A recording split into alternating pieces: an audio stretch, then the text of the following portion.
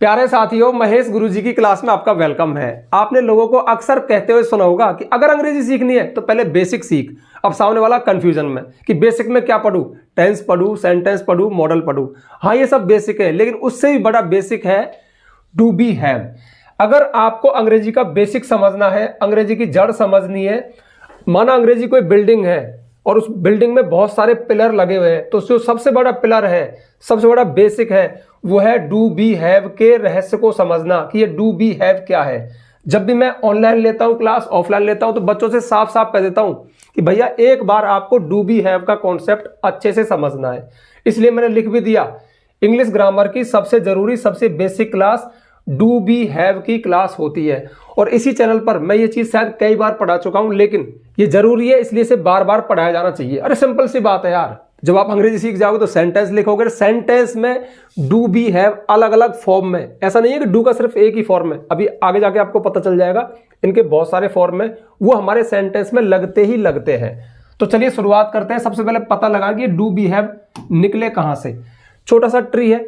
अब ऐसा नहीं है कि मैं डू बी हैव पढ़ा रहा हूं, डू बी हैव तो आगे है, पहले समझ लो कि इनका श्योर्स क्या है, ये कहां से निकले। तो देखिए, हमारी अंग्रेजी की पूरी इमारत वर्ब पे खड़ी है, क्रिया पे खड़ी है। ऐसा कोई दुनिया का सेंटेंस नहीं अंग्रेजी का जिसमें वर्ब नहीं होगी।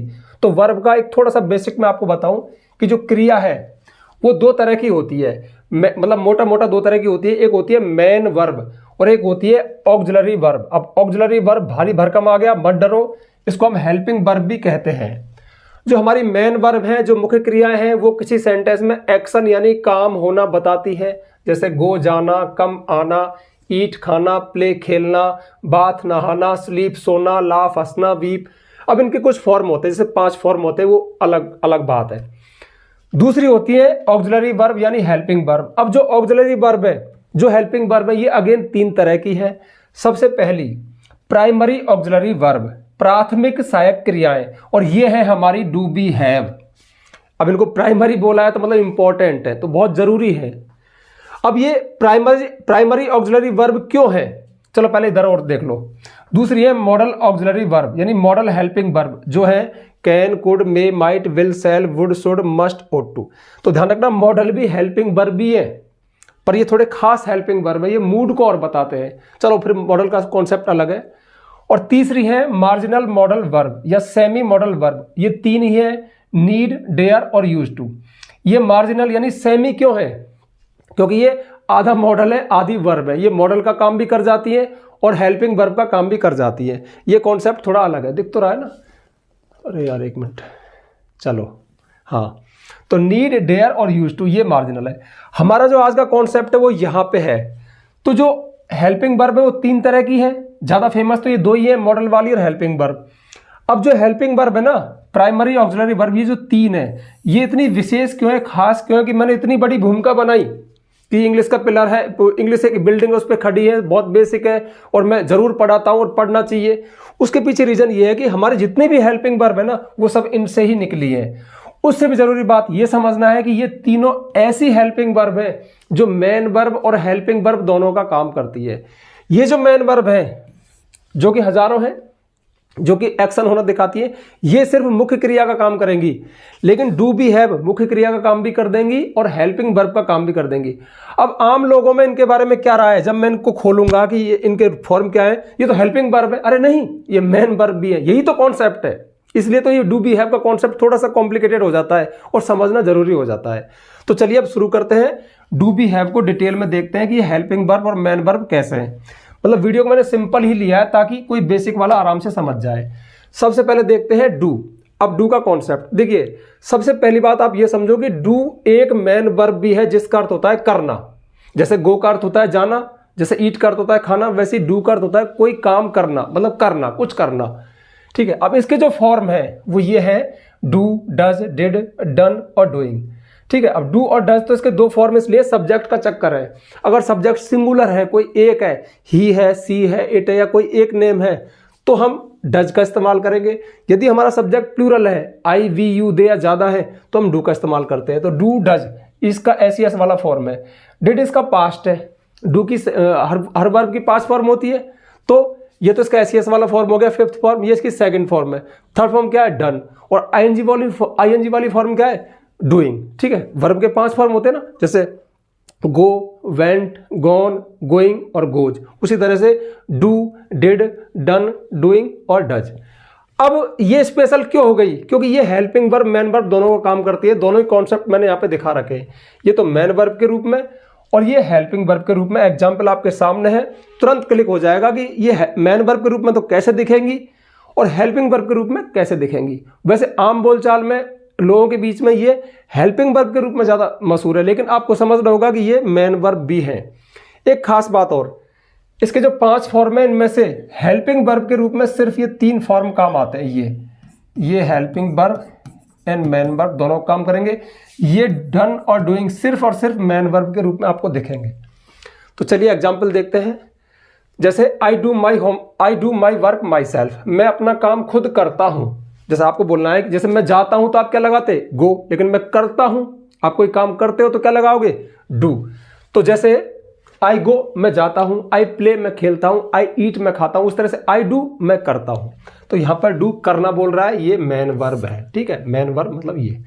सी does all the households, वह सारे घर गृहस्थी के काम करती है। डज यहाँ पे मैन वर्ब है सब्जेक्ट के साथ। अब देखो टेंस कौन सा है? प्रेजेंट इंडिफरेंट टेंस है। सब्जेक्ट के साथ मैन वर्ब की फर्स्ट फॉर्म आई, सब्जेक्ट के साथ मैन वर्ब की फर्स्ट फॉर्म आई। चूंकि सब्जेक्ट सिंगुलर है तो उसमें एस और ईएस लगा, चूंकि इसमें डू में ओ आ रहा है तो ईएस लगा, ठीक है। इसको आप ऐसे देखो, यहाँ पे वह जाती है तो यहाँ पे क्या लिखते हैं आप? गोज लिखते। वह करती है तो आपने डज लिखा, तो ये मैन वर्ब है।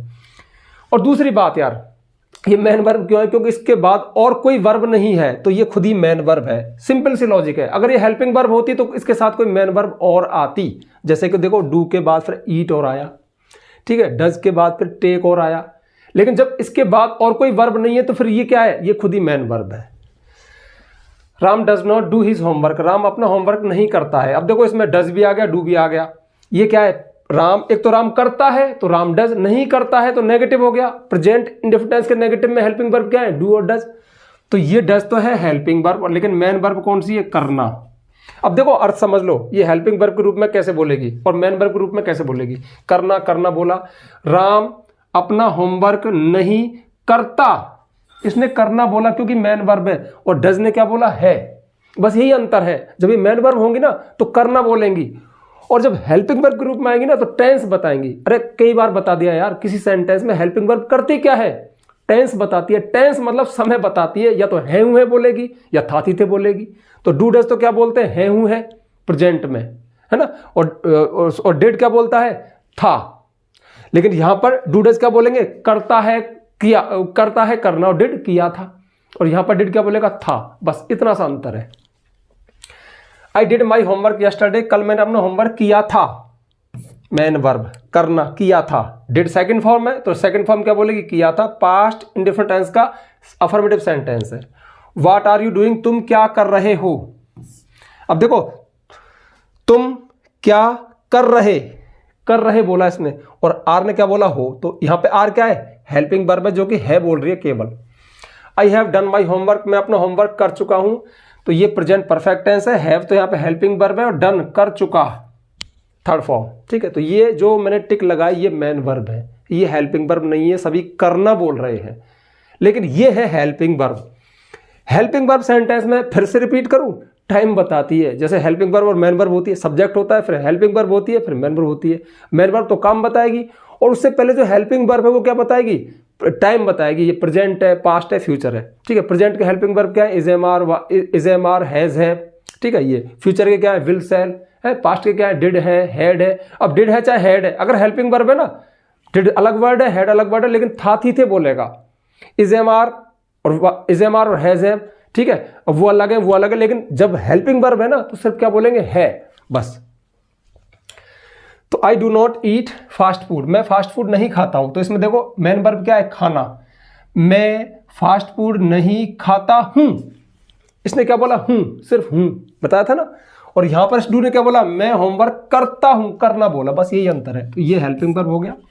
टेंस, अब डू डज किस टेंस में आती है? प्रेजेंट इंडिफरेंट टेंस में। और डिड किस में आती है? पास्ट इंडिफरेंट टेंस में। कब? जब सेंटेंस इंट्रोगेटिव या नेगेटिव हो। सी डज नॉट टेक टी, वह चाय नहीं पीती है, वह चाय नहीं लेती है, इसने है बोला, बस लेती है। I do not do my homework, अब देखो डू दो बार आ गया, एक हेल्पिंग वर्ब है, एक मैन वर्ब है। अब हेल्पिंग वर्ब कौन सा, ये वाला। मेन वर्ब कौन सा, ये वाला। मैं मेरा होमवर्क नहीं करता हूं। इस डू ने करना बोला क्योंकि मेन वर्ब है, इसने क्या बोला, हूं, टाइम बताया क्योंकि हेल्पिंग वर्ब है। तो यहां पे हम चूंकि हेल्पिंग वर्ब को नोट कर रहे हैं तो इसको करूंगा मैं, बस इसको नहीं करूंगा। यहां पे जो अंडरलाइन है मेन वर्ब है, यहां पे जो अंडरलाइन है हेल्पिंग वर्ब है। इसे छोड़ के जो बची वो डू भी, चाहे भले डू डज है, वो मेन वर्ब है। तो डू यू प्ले क्रिकेट, ये रहा मेन वर्ब क्या है, play. I did not sleep यस्टर night, मैं कल रात नहीं सोया था, ठीक है, सोया था। क्या तुम होमवर्क करते हो, क्या तुम खेलते हो, डिड यू डू इट। अब देखो इसमें हेल्पिंग वर्ब मेन वर्ब दोनों है, तो हेल्पिंग वर्ब कौन सी है, डिड है। डू क्या है, डिड यू डू इट, क्या तुमने ये किया था, था किससे आया, डिड से आया, ठीक है। तो ये अपना हेल्प मेन वर्ब है और ये हेल्पिंग वर्ब है। मतलब बहुत अच्छा कॉन्सेप्ट है, एक बार ये कॉन्सेप्ट तो समझ में जरूर ही आना चाहिए। तो अच्छा एक चीज और लग रही होगी, अरे यार हेल्पिंग वर्ब मिल रही है, तो helping verb do be have से ही निकली है, जितनी भी हेल्पिंग वर्ब है सब इनसे ही निकली है, ठीक है। तो ये कॉन्सेप्ट हो गया, इसको आप नोट कर रहे हो तो कर लो, मैं बढ़ता हूँ आगे। अच्छा आगे बढ़ने से पहले चलो अभी बता दूं, आगे बढ़ने से पहले खास जानकारी जो मैं हर वीडियो की शुरुआत में देता ही देता हूँ, हालांकि काफ़ी आगे आ गया, भूल गया था, पढ़ाने में बिजी हो, चल कोई बात नहीं। तो जानकारी ये है, यदि आपको महेश गुरुजी पे भरोसा है, लगता है कि सर हमें सिखा सकते हैं, मुझे पता है आपको लगता है कि हाँ यार ये इंसान सिखा सकता है, इसलिए आप इतने सारे मैसेज कॉल्स कमेंट करते हो। तो यदि किसी लर्नर को पूरी इंग्लिश ग्रामर सीक्वेंस में चाहिए कि भाई डिटेल में चाहिए मुझे, तो सब कुछ एक साथ चाहिए, यूट्यूब पे भी है लेकिन बिखरा पड़ा है, तो ये चीज़ अवेलेबल है। आप प्ले स्टोर पे जाइए, महेश गुरुजी एप्लीकेशन को डाउनलोड कीजिए, रजिस्टर कीजिए। उसके पेड कोर्स में आपको 2-3 कोर्स नजर आएंगे। एक तो अभी एक कोर्स तैयार किया नया ही है, इंग्लिश राइटिंग कोर्स, यानी अंग्रेजी लिखना कैसे सीखें। अगर आपको लिखना नहीं आता तो उसमें सिलसिलेवार तरीके से लिखना सिखाया है। ग्रामर के वो जरूरी टॉपिक करवाएं, उस तरह से करवाएं कि राइटिंग पे फोकस, आपको लिखने में कैसे हेल्प मिले। मतलब ग्रामर भी है और राइटिंग भी है, और राइटिंग का कंपोजिशन जैसे लेटर ऐसे वगैरह, ये चीज़ भी उसमें अवेलेबल है। साथ में हर वीडियो के PDF नोट्स भी हैं। दूसरा है ये ग्रामर वाला course, complete English grammar course, basic to advance. सारी इंग्लिश ग्रामर को सिक्वेंस में करवाया, एक साथ करवाया, डीपली करवाया, बेसिक टू एडवांस। उसमें भी हर वीडियो के साथ, हर क्लास के साथ PDF नोट्स है। अब चूंकि एक्स्ट्रा मेहनत लगी है, वो कोर्स अलग से तैयार किए हैं, उसमें यूट्यूब के वीडियो नहीं है, वो अलग से ही बनाए, तो थोड़ी सी फीस है। आप चाहें तो उनको बाई कर सकते हैं, परचेज कर सकते हैं। नहीं करना चाहते बिल्कुल मत करना, मैं किसी को फोर्स नहीं करता। मैं अक्सर कहता हूँ ना, मैं आपको सिखा के छोड़ूंगा, बहुत बेसिक से सिखाऊंगा, पक्का सिखाऊंगा, जरूर सिखाऊंगा। तो चलिए अब अगला कॉन्सेप्ट देखते हैं, बी। अब देखिए बी भी एक मेन वर्ब है जिसका अर्थ होता है होना। जैसे प्ले का अर्थ खेलना होता है, डू का अर्थ करना होता है, जैसे बी का अर्थ होता है होना। अब बी के जो फॉर्म है वो है प्रेजेंट में is am are, was were. मजे आ गए ना, अरे यार is am are, was were. अब मैंने कहा था ना मेन पिलर, अंग्रेजी में मोस्ट ऑफ हर तीसरे सेंटेंस में इज एम आर में से कोई, वाज वर में से कोई दिखेगा, डू डज में से कोई दिखेगा। तो इनकी खान यहाँ पे है, इनका सोर्स यहाँ पे है, ये सब बी के फॉर्म में, बी से निकली हुई चीजें हैं। तो बी के प्रेजेंट फॉर्म में इज एम आर, पास्ट में वाज वर है, इसका ING फॉर्म में बीइंग, ठीक है। जैसे डूइंग था ना, जैसे प्लेइंग होता है, ऐसे बीइंग हो रहा, और इसका थर्ड फॉर्म होता है बीन। अब ये सभी हेल्पिंग वर्ब मेन वर्ब दोनों का काम करते हैं। इधर देखिए सबसे पहले मेन वर्ब, जैसे आई एम अ टीचर, मैं एक टीचर हूँ, ये सिंपल सेंटेंस है। बहुत सारे सेंटेंस ऐसे ही होते हैं जिनमें हम सब्जेक्ट के बारे में कुछ बताते हैं, कोई जानकारी देते हैं, कोई कौन है, कोई क्या है, कोई अच्छा है बुरा है, मैं अच्छा व्यक्ति हूँ, वह बुरा व्यक्ति है, मैं एक टीचर हूँ, वह एक दुकानदार है, ये है, आज रविवार है। मतलब सिंपल सेंटेंस, नॉन एक्शन वाले सेंटेंस। ऐसे सेंटेंस में जब is am are was were हम लगाते हैं तो ये मेन वर्ब होते हैं। तो आई एम अ टीचर, मैं एक टीचर हूँ, यहाँ पर ये मेन वर्ब है। सी इज अ डॉक्टर, वह एक डॉक्टर है, यहाँ पर ये मेन वर्ब है। वैसे अगर और ग्रामर में डीप जाओगे तो इनको लिंकिंग वर्ब कहते हैं, क्योंकि लिंक करती हैं सब्जेक्ट को उसके कंप्लीमेंट से। ये लैंग्वेज थोड़ी कठिन हो गई, बट आप छोड़ो, आप तो समझोगे मेन वर्ब है। एक सबक लो आज, किसी सेंटेंस में is am are was were आए, इनके साथ कोई मेन वर्ब ना आए तो ये खुद ही मेन वर्ब है, आप तो ये समझो। और ये अपने असली मतलब अब जो इनका मेन है फंक्शन होना, उसको बताती है कि मैं एक टीचर हूँ, वह एक डॉक्टर है। Ram was a clerk, Ram एक क्लर्क था, ठीक है, पास्ट में कुछ था। Manoj will be at home, Manoj घर पे होगा। अब देखो गा तो किसने बताया, विल ने, लेकिन होना किसने बताया, बी ने, तो विल बी होगा, यहाँ पर ये बी मेन वर्ब है। डोंट बी एंग्री, नाराज मत हो, ये इंपरेटिव सेंटेंस है, इंपरेटिव में नेगेटिव है, नाराज मत हो, मना कर रहा है, तो बी मतलब होना, नाराज मत हो। आई एम बीइंग लेट, मैं लेट हो रहा हूँ। अब देखो ये प्रेजेंट कंटिन्यूअस टेंस है, तो इसमें मैं लेट हो रहा हूँ। अब हो रहा मतलब ये मेन वर्ब है, और एम क्या है, हेल्पिंग वर्ब है। यहाँ पे चेंज होगा कॉन्सेप्ट, ये एम हेल्पिंग वर्ब है, ये मेन वर्ब है। I have been to America, मैं अमेरिका गया हुआ हूँ, यहाँ पर हैव हेल्पिंग वर्ब है, बीन। अब ये देखो बीन यहाँ पे एक अलग मैंने इस पे वीडियो बनाया है। I have been to America, मैं अमेरिका गया हुआ हूँ, मतलब वहाँ पे जाके घूम के आ गया हूँ, मेरा देखा हुआ है। इस सेंस में जब बोलते हैं तो बीन लगाते हैं, बीन वहाँ पे मेन वर्ब होती है, ठीक है। तो I have been to America, मैं अमेरिका गया हूँ। तो ये जितने मैंने अंडरलाइन किए ये सब मेन वर्ब है। इधर आ जाओ helping verb, I am reading a novel. Helping verb में तो सिंपल सा है कि इसके बाद कोई मेन वर्ब और आएगी, एक्शन तो वो बताएगी, और ये जो हेल्पिंग वर्ब होगी ये टाइम बताएगी।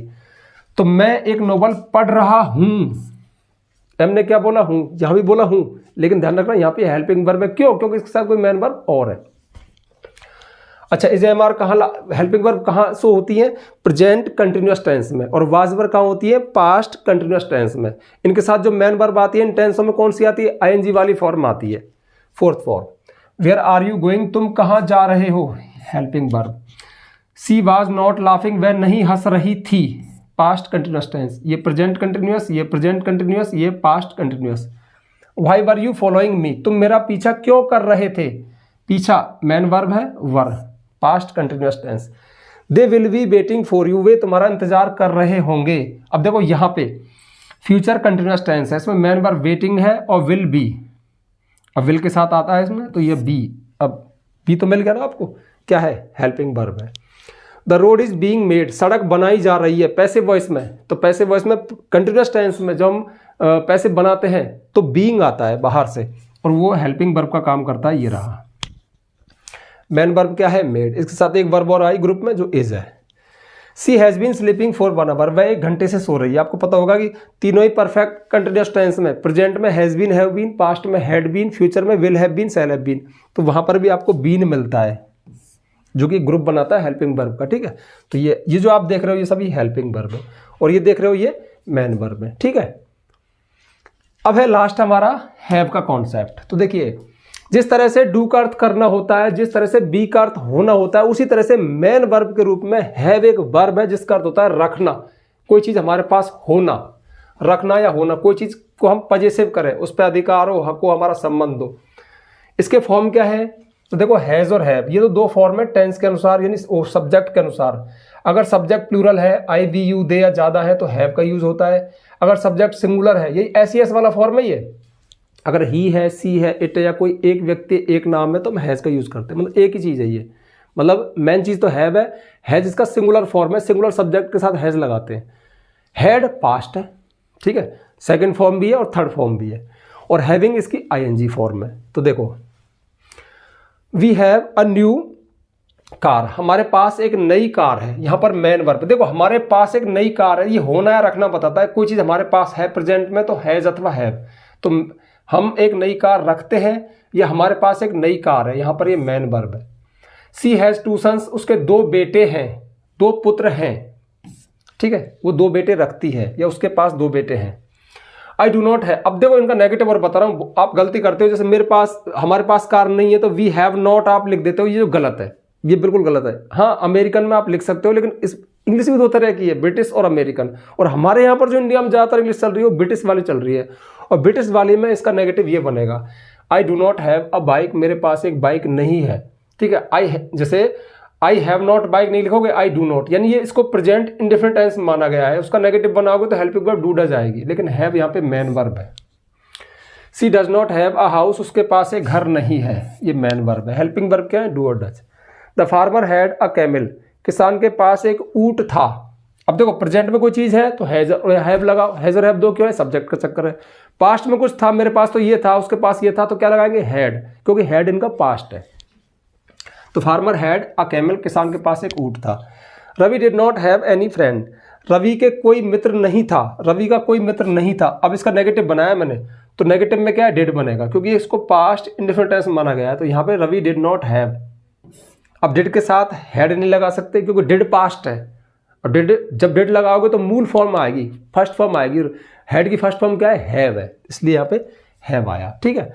और यार हैविंग का एग्जाम्पल भूल गए, हैविंग का एग्जाम्पल देता हूँ मैं, क्योंकि मैन वर्ब ग्रुप में आएगा। जैसे हाँ, एक और, मैं अभी ये वीडियो का थोड़ा ज़्यादा बेसिक कर दिया मैंने। हैव के बहुत सारे फॉर्म हैं, हैव ए नाइस डे, ठीक है, खाने पीने के लिए भी हैव आता है, नहाने के लिए हैव आता है, वो मैंने दिखाया नहीं है आपको। जैसे आप कुछ खा रहे हो तो आप टेक भी लगा सकते हो, जैसे आई ईट, जैसे नहीं, आई ईट फूड, मैं खाना खाता हूँ, आई टेक फूड, मैं खाना, आई टेक टी, मैं चाय लेता हूँ। लेकिन एक चीज़ और है, आप हैव भी लगा सकते हैं, आई हैव टी, मैं चाय पीता हूँ, ठीक है। तो उसी अर्थ में आप ऐसे एक सेंटेंस दे सकते हो, आई एम हैविंग टी, मैं चाय पी रहा हूँ। तो ये आपने हैव को देख लिया, हैविंग को देख लिया। हैविंग मतलब पी रहा, यहाँ पे पी रहा का अर्थ में आएगा। खाने पीने का अर्थ में हैव और हैज हैव का इस्तेमाल करते हैं प्रेजेंट में, हैड का पास्ट।